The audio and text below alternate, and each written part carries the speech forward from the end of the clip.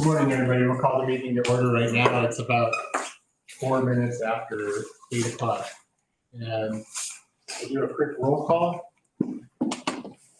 Everybody's here. Actually, everybody's here on the board, so that's good. We get an approval of the agenda.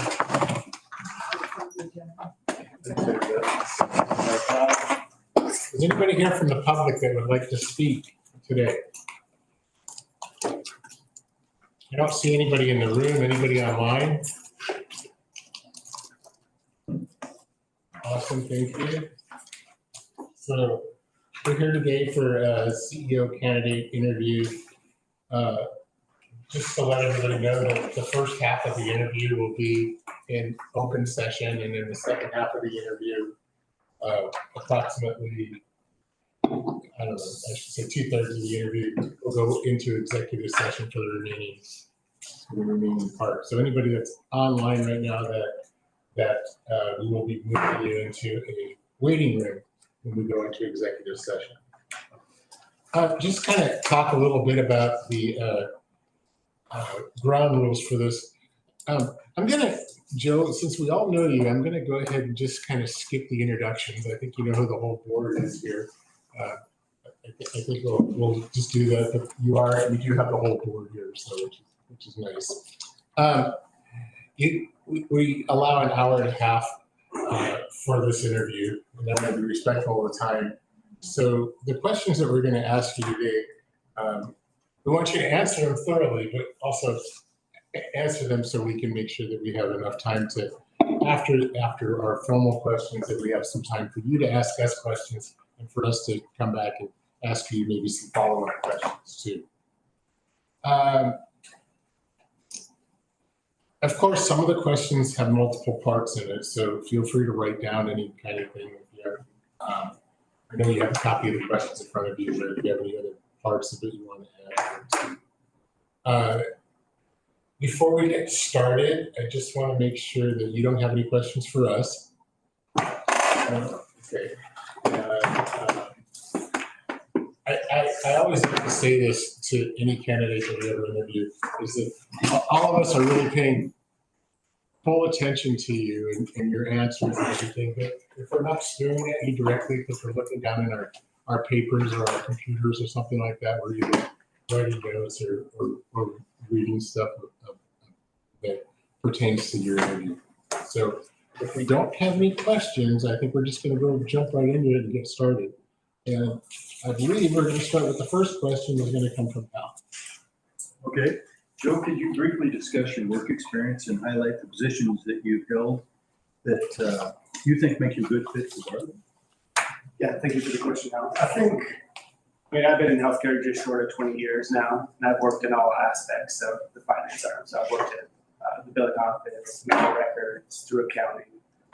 The ones that, all of those add a piece of the experience that kind of brought me to where I am today. The ones that are most pertinent to this position, I think will help me be successful, were probably my 10 years as CFO. So it's a small critical access hospital. And so in a small critical access hospital, when people transition, there's people going in and out, you're able to basically manage every piece of the hospital itself. So that's allowed me to oversee the clinics, home health, all the finance departments, facilities. So that gave me a broad breadth of experiences working there. And so I think that set me up for being ready for this next step as CEO, to manage all aspects of the hospital, or most aspects. In addition to that, I think what's going to be really relevant is my financial experience at Wallowa. Being a critical access hospital, I was able to, in those 10 years, I learned a lot about how critical access hospitals are reimbursed and how to maximize that reimbursement.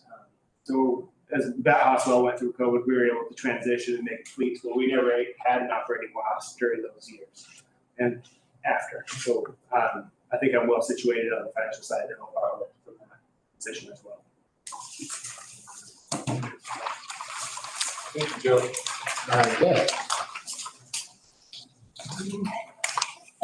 Bartlett's a small hospital, as you well know. It takes a working CEO to get things done.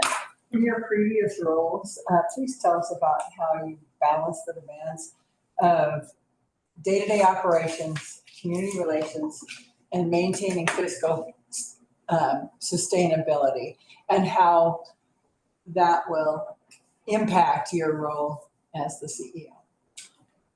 Okay, so on day-to-day operation, it's kind of a nuanced question, right? So I see it as a couple different ways. So the day-to-day operations, you balance that on the management of that with the financial operations. Is that kind of what you're asking?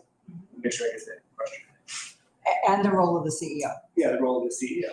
all of it together in one big package. Just one big package, I can do it all. So I think from the CEO role, you need to look at the day-to-day operations, how the facility is running.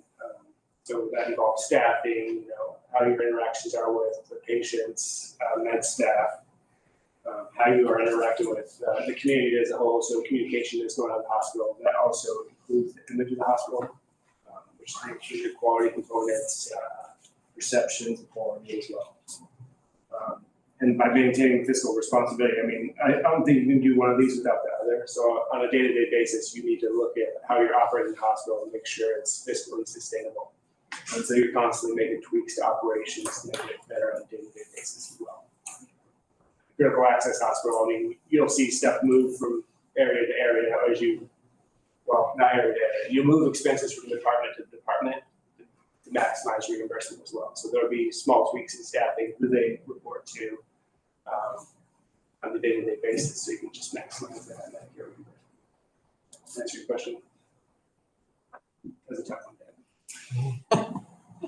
You follow up? So I understand the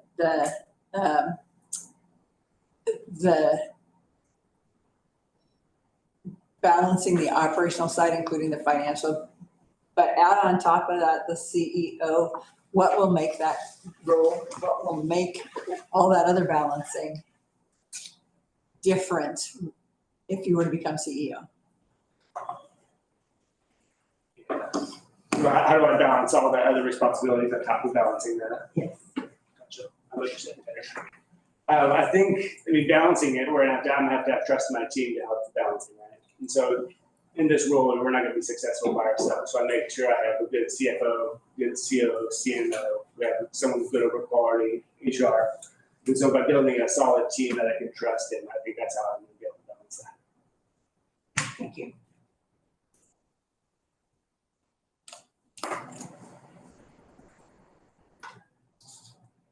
Thank you, Joe. Max? Yeah, I'm kind of going off script from what was we had on our handout here. Bartlett has been slammed by multiple turnovers in the CEO position as a result of strategic direction over the past several years, as you know. We've had in 6-7 years, we've had just about as many CEOs during that time, and stability seems to be desperately needed at this point. How do you see yourself continuing the stability of existing strategic and operational plans? What do you see, and how do you see continuance of what we've got going on versus looking at possible changes, and how would you look at that? And I want you to also kind of consider the fact that, because we have the oversight of the CBJ and the close relationship with them, how you see our strategic direction kind of meshing with this, this kind of bureaucratic oversight that we have from CBJ. It's a good question as well. So I'll take the first part of it, which is how do I sustain the strategic direction? So Ian we were going through the strategic planning when we were trying to flesh out how we took the forward strategic plan and made it operational. I was invited over to dinner with Ian and Cliff at that point. We went through the strategic plan. We went through the operationalization of that. So we laid out the strategic plan, what our strategic goals were at a tactical level. And so we went through that for 4 or 5 hours at Ian's. So I'm invested in the strategic plan as we laid it out because I was kind of part of that as we put it together.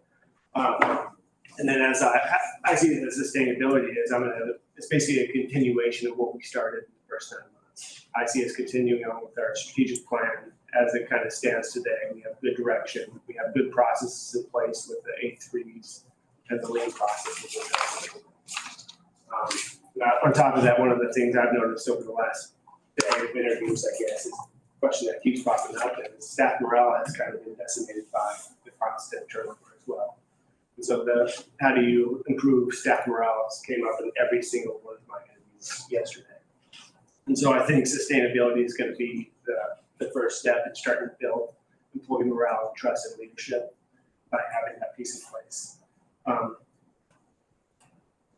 On top of that, I guess, how we interact with our strategic plan and how it interacts with CBJ.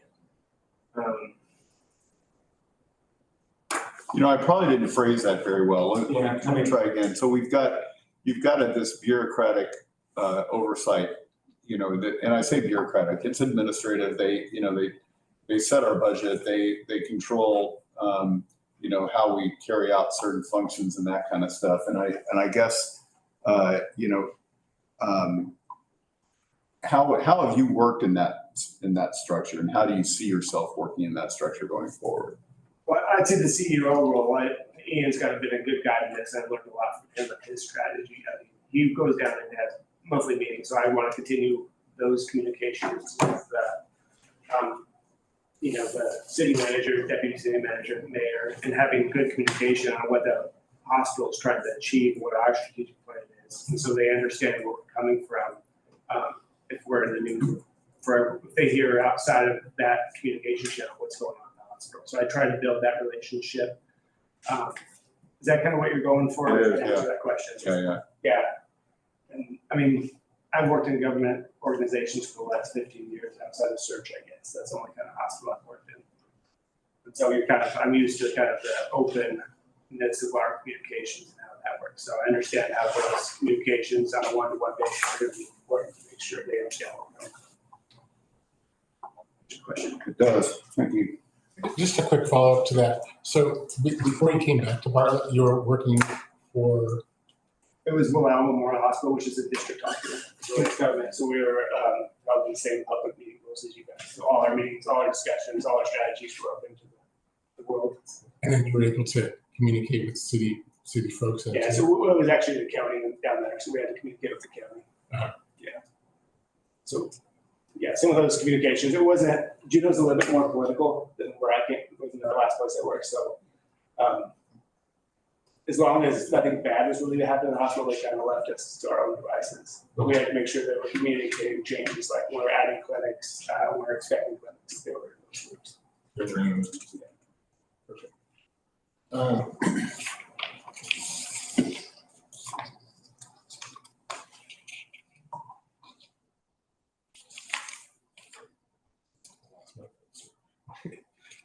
So Joe, yesterday you were given a scenario to follow up. So right now we're going to give you anywhere from 15 to 20 minutes for your presentation on that. And with that, we'll right into it. I think we'll have Anita put that up and she'll share it so people online can see this as well. Are we going into executive session?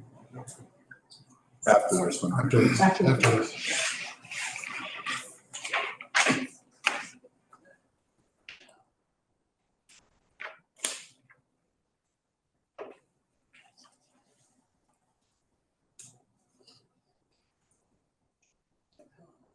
Sorry, let me get this over here and see.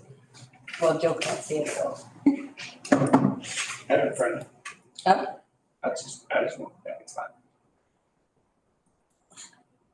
I'm having issues, obviously. I want this over here. I'm sorry. This is not behaving itself here. Share my screen.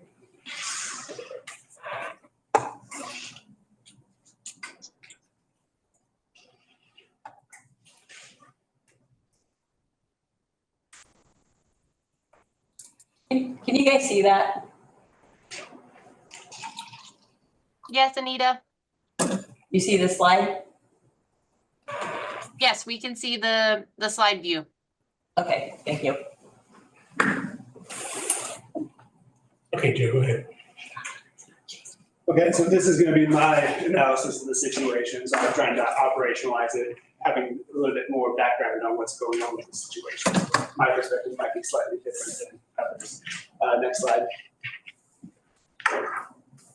So I tried to frame all this analysis through our mission and our values, so I make sure that those are kind of the guiding principles I'm using to make some of the not as I talk through these points, as we talk through these things, that's kind of my framework. Next slide. I also took into consideration the 5 strategic goals we took in place and how those would impact the situation we're going to look at and kind of the challenges we're going to look at and opportunities in the situation as well. And so how does our strategy impact, or should our strategy drive what the situation is? Next slide. So when we look at the current situation, we have financial constraints, obviously. We've had years of operating losses for the hospital, which has eroded our cash balance down to less than 100 days at this point. So that we haven't been on a sustainable path, so that's kind of one of the drivers to what we're looking at today and what drives these changes we have to talk about. The other piece that has also exacerbated some of that problem is staffing shortages. And so due to staffing shortages in key areas, we've been forced to use contract labor in excessive amounts in certain departments. And contract labor comes with multiple issues. Number one, they're not vested in the hospital and operations. Sometimes the quality of contract labor can't be as high as employed staff, and they come at a premium cost as well. When we look at regulatory changes, what I'm mostly focused on there is the regulatory changes that impact payments. So as the government's kind of strapped on cash and they sort of spread the money around to what they have for the services trying to continue on. Healthcare always gets left with small increases on an annual basis that don't keep up with costs. So due to some of those changes, we're forced to be more not strategic. You have to play the game the government's trying to set up and how you get paid for the services you're trying to render. In addition to that, in the state of Alaska, they did a switch to the inpatient payment methodology for the hospital, moved us from a per diem payment methodology to APR DRG payment, which is just a encounter rate, which was impacted payments. So we had to go back and look at how we managed with the state for our patients to make sure that we were able to receive the payment we needed on those. And the last piece is patient demand. We have unlimited demand for services in the community, as most things are. So a lot of the demand is also driven by the demand for services that pay for themselves. It seems to be met in the community. And so when you look at that, we have good primary care with the community of Juneau. We have a reasonable selection of specialists as well. And then the hospital meets some of the demand. The demand that's not met is some of the behavioral health and public health pieces that we've had to talk about over the last couple of months.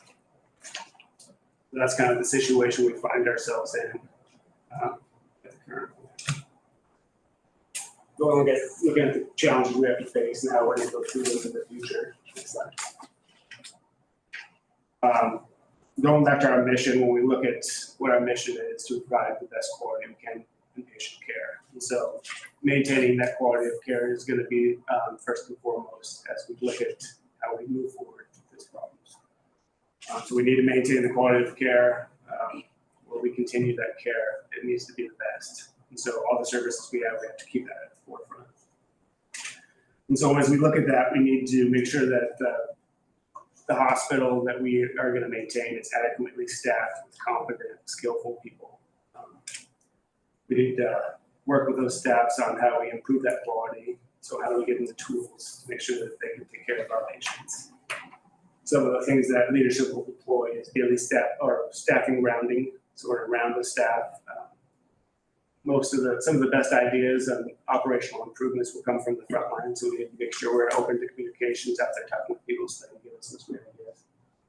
We also need to round with our clinicians to see how they are receiving the care that's provided in the hospital as well, including quality of care, staffing. Is there adequate staffing? Metrics says that. And the last thing, we need to work on patient engagement. So we do have a patient family advisory council, but we need to continue to engage the patients, make sure we're getting Bartlett's message out as to the quality of care. One of the things that came up yesterday is that we had a survey rating that came back and they rated us poorly based on rumors they had heard. And they stated that in their survey results. So we have to, kind of change the message around the hospital. And I think a lot of that will come with stability as we move past this transition period. Next slide. So that takes us to resource allocation. We're predominantly, when we talk about resources, we're going to look at it from a couple of different standpoints. Resources as in financial resources, staffing resources, but also, our management resources. How much time do we have to dedicate to each of these tasks or each of these things we're trying to improve? So with resource allocation, we need to focus on the core services to make sure that quality is as high as it can be.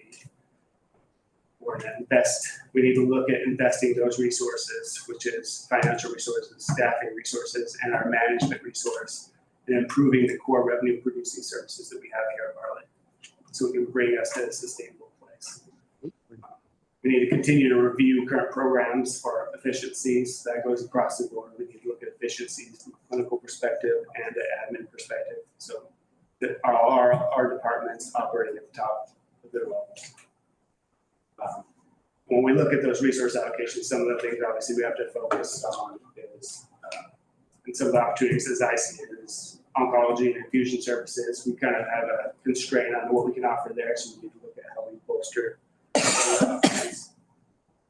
We started working on women's services, and we need to expand on that as well.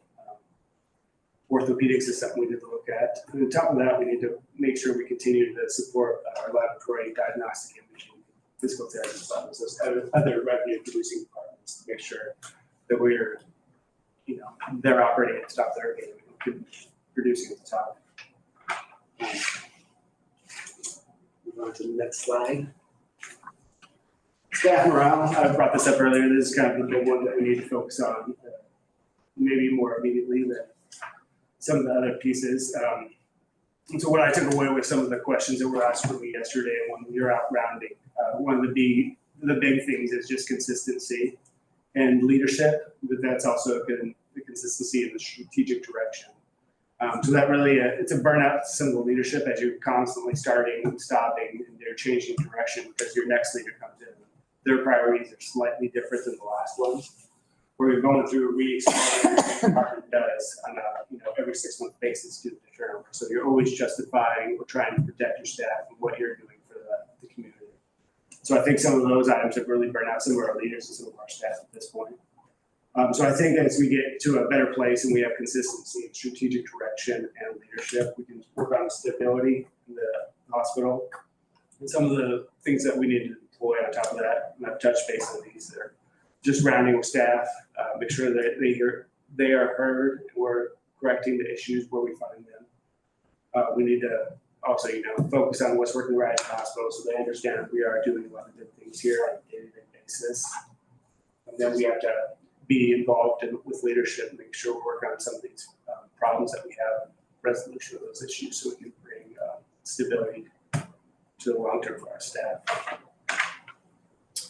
Stakeholder communication, next slide. And so as we go through these first 3 bullets, the last one that kind of comes in is stakeholder communication. So as we work on stability and changing programs, we need to make sure we're communicating these effectively with all the pertinent stakeholders, which include obviously the board, assembly, med staff, our staff, and Juneau residents as to how we're moving forward. And I think we've done a good job in the programs we've done. We've been open and honest communication, putting it out in a timely manner when it's available.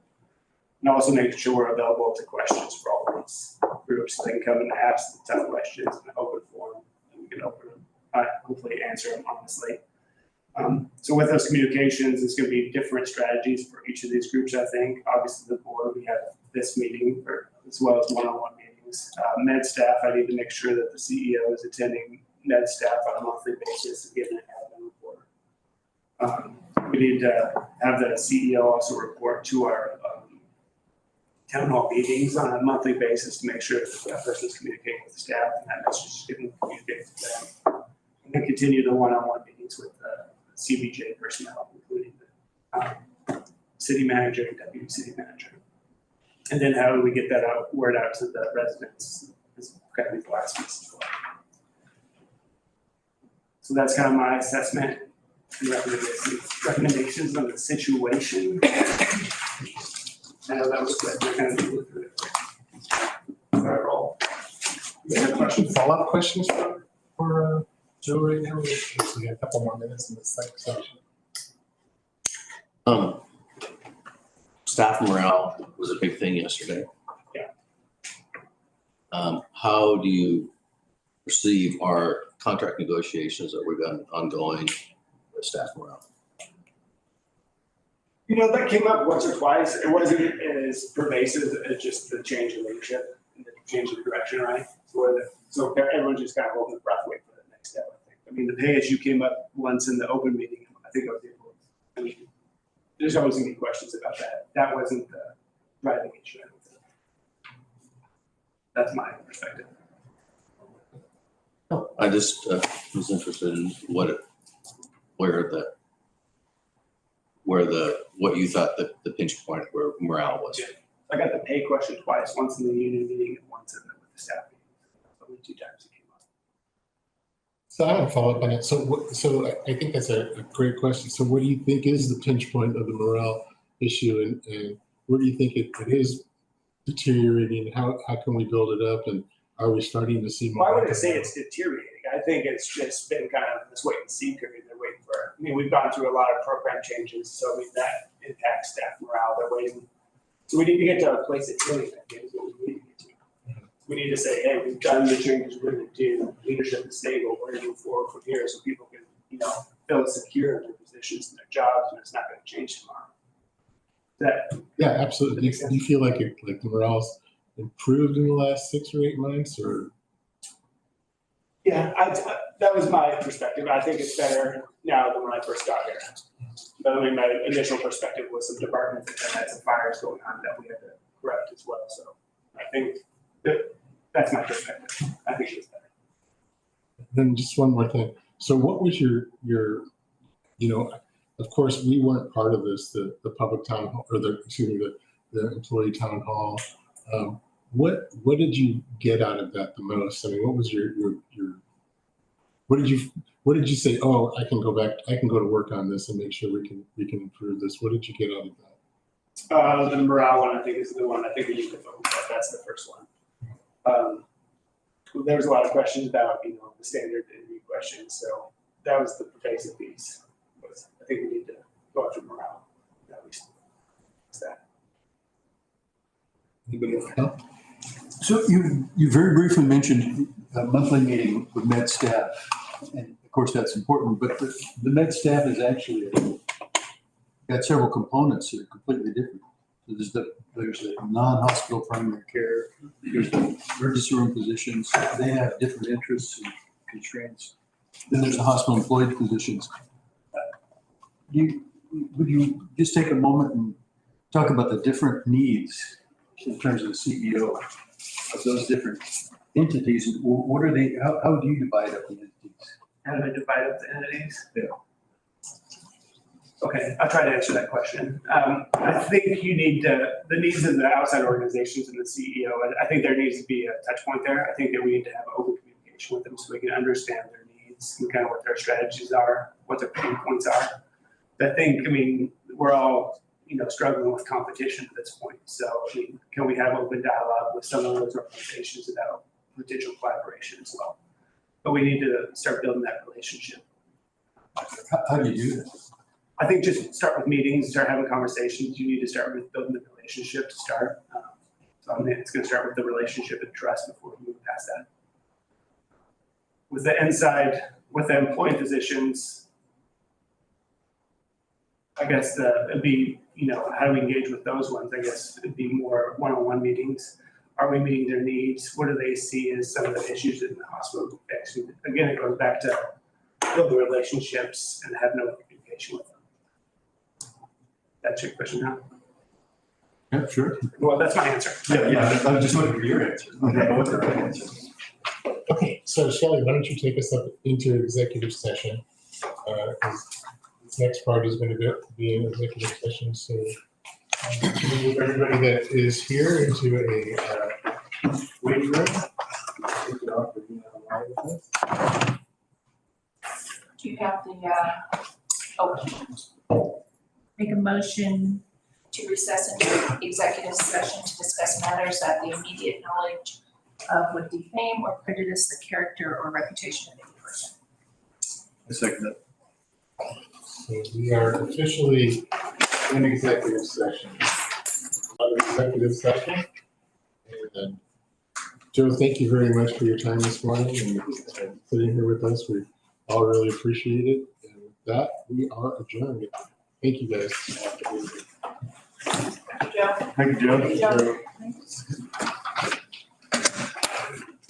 Joe.